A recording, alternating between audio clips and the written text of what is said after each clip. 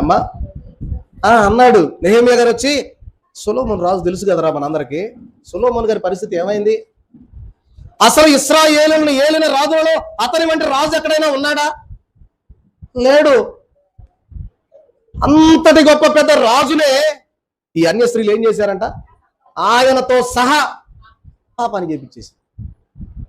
ఆయన ఎలాంటి రాజు అంటే, దేవుడు ఆయనకు వరం ఇచ్చి నీ జ్ఞానాన్ని ధనాన్ని ఇస్తున్నానని చెప్పి మాట్లాడి, రాజ్య పరిపాలన 40 సంవత్సరాలు ఏ మాత్రం ఒక యుద్ధం చేయకుండా, అసలు యుద్ధాలు లేవండి సొలొమోను గారి కాలంలో, యుద్ధాలు లేవు. దావీదు గారి కాలంలో అన్ని యుద్ధాలే, యుద్ధం చేయడమే జరిపోయింది దావీదు గారికి. సొలొమోను గారి కాలంలో ప్రశాంతంగా కూర్చున్నాడు. అలాంటి సొలొమోను యొక్క జీవితంలో అన్య స్త్రీలు అతనితో సహా పాపం చేయించారా లేదా అని అడిగాడు.